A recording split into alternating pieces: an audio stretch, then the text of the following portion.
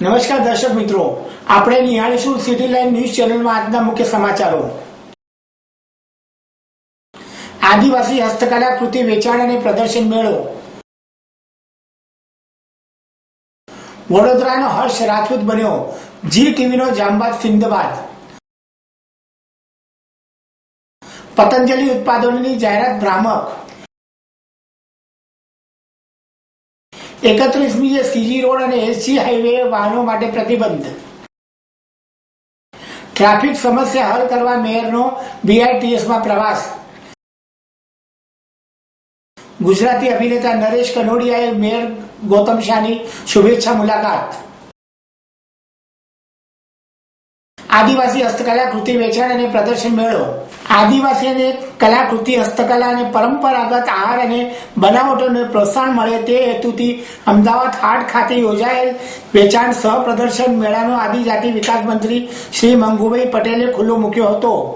આદિજાતિ વિકાસ વિભાગ અને ગુજરાત વિદ્યાપીઠના આદિવાસી સંશોધન અને તાલીમ કેન્દ્રના સંયુક્ત ઉપક્રમે યોજાયેલ મેળાની મંત્રીશ્રીએ દરેક સ્ટોલની વ્યક્તિગત મુલાકાત લઈ કલાકારોની ઝીણવટભરી પૃચ્છા કરી કલાકારોને પ્રોત્સાહન પૂરું પાડ્યું હતું. આ પ્રદર્શન સહ વેચાણમાં આદિવાસી હસ્તકલા કૃતિ, વારલી, પીઢોરા, ભવાડા પેઇન્ટિંગ, મોતીકામ, ભરત ગૂંથણ, મહોરા, વાંસની કૃતિઓ તેમજ સજીવ આહાર જેમાં કાજુ, નાગરીની બનાવટ અને વન પેદાશો અને વાન ઔષધિઓનું આ મેળામાં થશે.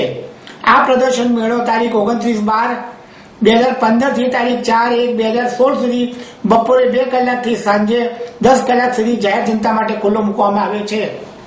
આ પ્રસંગે ઓડાના ચેરમેન શ્રી ભૂપેન્દ્રભાઈ પટેલ તથા વિશાળ સંખ્યામાં શહેરીજનો ઉપસ્થિત રહ્યા હતા.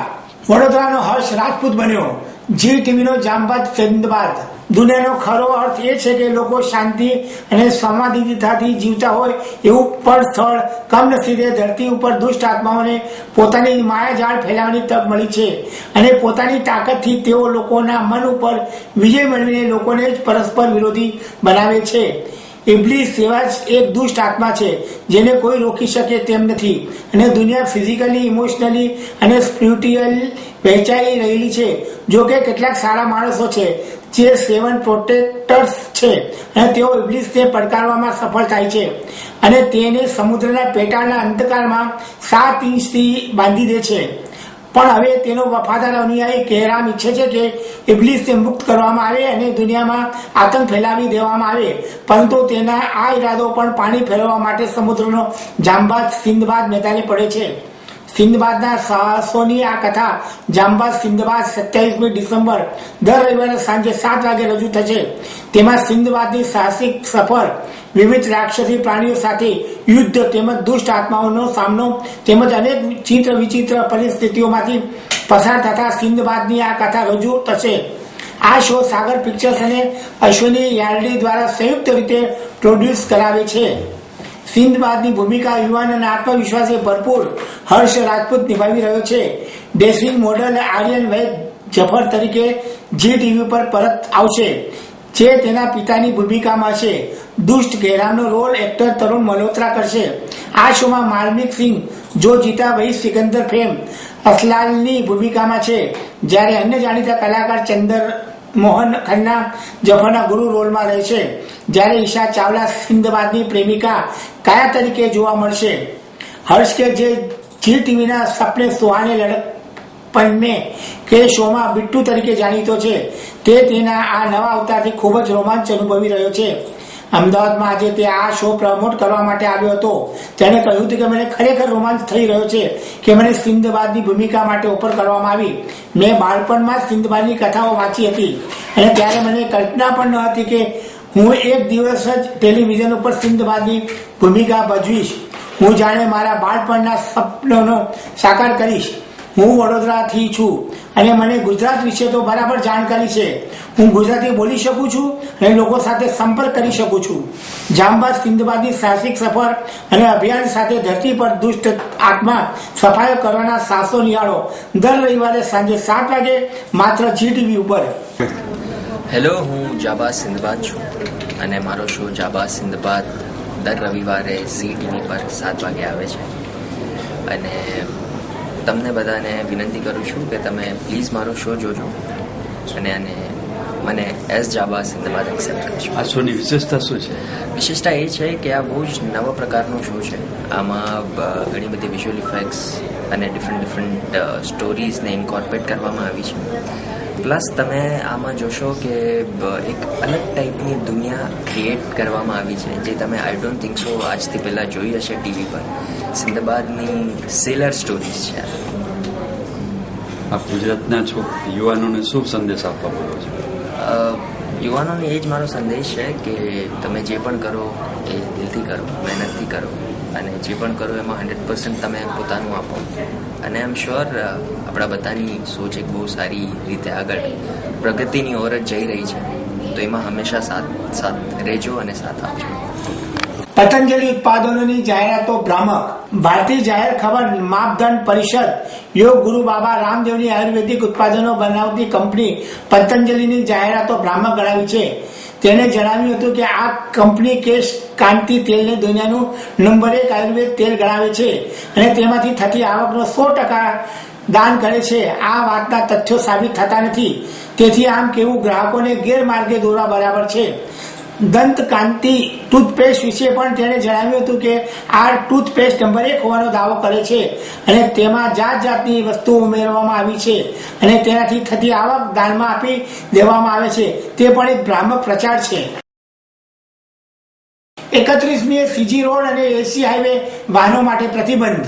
નવા વર્ષની ઉજવણી સંદર્ભે સીજી રોડ અને એસી હાઈવે ઉપર વાહન વ્યવહાર બાબતે પોલીસ જાહેરનામું બહાર પાડ્યું હતું. આઈપીએસ વિકાસ સહાય ઇન્ચાર્જ પોલીસ કમિશનર અમદાવાદ જાહેરનામું બહાર પાડીને જણાવ્યું હતું કે શહેરમાં નવા વર્ષની ઉજવણી નિમિત્તે તારીખ 31/12/2015ની રાત્રિથી તારીખ 1/1/2016 દરમિયાન મોટી જનમેદની એકઠી થાય છે. તેથી સીજી રોડના સ્ટેડિયમ સર્કલથી પંચવટી સુધીનો રોડ ખાસ પ્રકારના કારણો સિવાય વાહનો માટે પ્રવેશ બંધ રખાશે. રાત્રિના 8 વાગ્યાથી સીજી રોડ તમામ વાહનો માટે બંધ કરાશે. સીજી રોડ પર બંને બાજુ પાર્કિંગ વ્યવસ્થા સાંજના 6 વાગ્યાથી બંધ રહેશે. એસી હાઈવે ઉપર તમામ પ્રકારના વાહનો ઉપર પ્રતિબંધ ફરમાવ્યો છે. વાહન ચાલકોએ રાત્રિના 8 વાગ્યાથી પ્રતિબંધ વિસ્તાર સિવાય સમાંતર રોડ ઉપર ઉપયોગ કરવાનો રહેશે. ટ્રાફિક સમસ્યા હલ કરવા મેયરનો બીઆરટીએસમાં પ્રવાસ. શહેરમાં દિન પ્રતિદિન વધતી જતી ટ્રાફિકની સમસ્યાને હલ કરવાના ભાગરૂપે માસ ટ્રાન્સપોર્ટેશનનો વધુમાં વધુ ઉપયોગ કરવાની શહેરના સૌ નગરજનોને અપીલ કરવાના ઉમદા હેતુસર મેયર શ્રી ગૌતમભાઈ શાહે બીઆરટીએસના સોલા ભાગવતથી મણિનગરના રૂટ નંબર 9માં નારાયણપુરા એઈસી 4 રસ્તાના બસ સ્ટેન્ડથી અમદાવાદ મ્યુનિસિપલ કોર્પોરેશનની મુખ્ય કચેરી દાણાપીઠ સુધીનો પ્રવાસ કર્યો હતો. વળી તેઓએ એમ પણ જણાવ્યું હતું કે તેઓ શ્રી બીઆરટીએસમાં બસમાં પ્રવાસ મહિનામાં ઓછામાં ઓછો 1 વખત અને તેથી વધારેમાં વધારે દિવસ પણ પ્રવાસ કરનાર છે. હાલમાં શહેરમાં વાહનોની સંખ્યા વધારો થઈ રહ્યો છે તેમજ પાર્કિંગની સમસ્યા વિકટ છે, ત્યારે સૌ આવા બીઆરટીએસ જેવી માસ ટ્રાન્સપોર્ટેશનનો ઉપયોગ કરે તો શહેરમાં લોકોને વાહન વ્યવહારમાં સરળતા રહે. વળી ખાનગી કંપની ઓફિસમાં તેમજ સ્કૂલના એક જ સ્થળ જવા માટે company bus, school bus, auto rickshaw, car pool વગેરેનો ઉપયોગ થઈ રહ્યો છે. તેમાં પણ વધુને વધુ ઉપયોગ વધે તેવી પણ મેયરશ્રીએ લાગણી વ્યક્ત કરી કંપની સ્કૂલના સંચાલકોને ખાસ અપીલ કરી છે. ગુજરાતી અભિનેતા નરેશ કનોડિયાએ મેયર ગૌતમ શાહની શુભેચ્છા મુલાકાત. શહેરમાં સ્વચ્છતા અને ટ્રાફિક માટે પાડેલ અભિયાનથી ગુજરાતી ફિલ્મ જગતના અભિનેતા નરેશભાઈ કનોડિયા પ્રભાવિત થઈને મેયરશ્રીના આ ઉમદા હેતુવાળા અભિયાનમાં જોડાવાની ઈચ્છા વ્યક્ત કરી મેયરશ્રીની તેઓએ શુભેચ્છા મુલાકાત લીધી હતી. આ મુલાકાત દરમિયાન મેયરશ્રીના સ્વચ્છતા અભિયાન અને ટ્રાફિકની સમસ્યાને હલ કરવા માસ ટ્રાન્સપોર્ટેશનને પ્રાધાન્યતાની બાબતે આવકારી આ અભિયાનને સરળ બનાવવા તેઓ શ્રી સક્રિય રીતે તેમાં જોડાશે. તેમજ આ અભિયાનોમાં નગરજનો સહિત શૈક્ષણિક સહિત વિવિધ સંસ્થાઓ અને કોર્પોરેટર જગત સૌ કોઈ આ સહકાર સાથે ઉપયોગી બને તેવી લાગણી સૌને અપીલ કરી હતી. આપ નિહાળતા રહો સિટી લાઇન ન્યૂઝ ચેનલ. આ હતા આજના મુખ્ય સમાચારો.